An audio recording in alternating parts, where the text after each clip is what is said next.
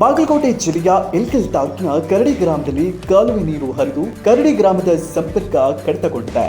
ರಸ್ತೆ ಮೇಲೆ ಸಂಚರಿಸಲು ಸಾರ್ವಜನಿಕರು ಪರದಾಡುವ ಪರಿಸ್ಥಿತಿ ಎದುರಾಗಿದೆ.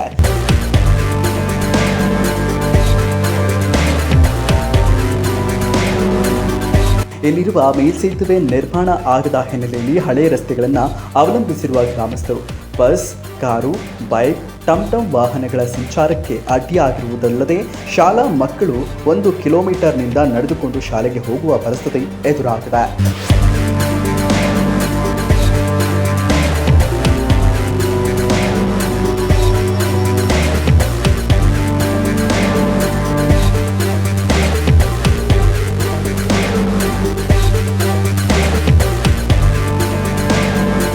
ಬಾಗಲಕೋಟೆ ಜಿಲ್ಲೆಯ ಇಳಕಲ್ ತಾಲೂಕಿನ ಕರಡಿ ಗ್ರಾಮದಲ್ಲಿ ಮಳೆಯಾಗಿರುವ ಕಾರಣದಿಂದ ಈ ಶಾಲಾ ಮಕ್ಕಳಿಗೆ ನಮಗೆ ಅಡ್ಡಾಡಲು ಬಹಳ ತೊಂದರೆ ಆಗುತ್ತಿದೆ. ಅದಕ್ಕೆ ನಾವು ಬಸ್ ಅಲ್ಲೇ ಪೆಟ್ರೋಲ್ ಬಂಕಿಗೆ ಹೊರತು 1 ಕಿಲೋಮೀಟರ್ ನಡ್ಕೊತ ಶಾಲೆಗೆ ಹೋಗೋಕ್ಕಾಗಿ ಅದಕ್ಕಾಗಿ